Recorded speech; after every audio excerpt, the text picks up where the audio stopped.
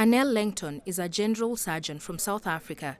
Here in Kigali, she's receiving training in minimally invasive medical procedure.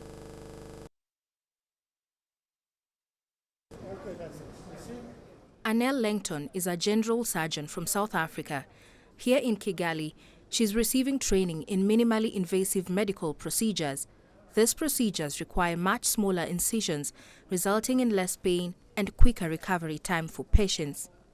We actually get to practice real time on actual tissue. That's also something that we don't normally get trained with. So the first encounter that you normally have is a patient, and then you don't have the laparoscopic dexterity, or you don't have the skills necessarily, so then your procedures take a long time. Rwanda hosts the continent's only research and training center in minimally invasive surgery, or MIS.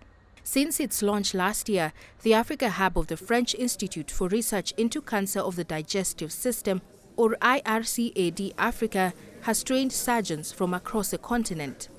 So far, we have trained around 300 African surgeons, even beyond African. We have Middle East, so we have trained more than 300 from more than 25 African countries. Many African countries still rely on conventional or open surgery. The introduction of MIS in low and middle-income countries is expected to reduce mortality associated with surgery in hospitals where there are poor health facilities.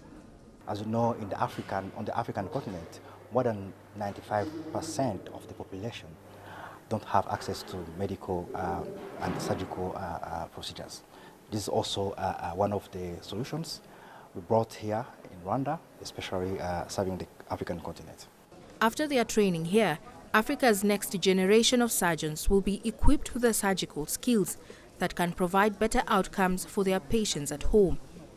Caroline B., CGTN.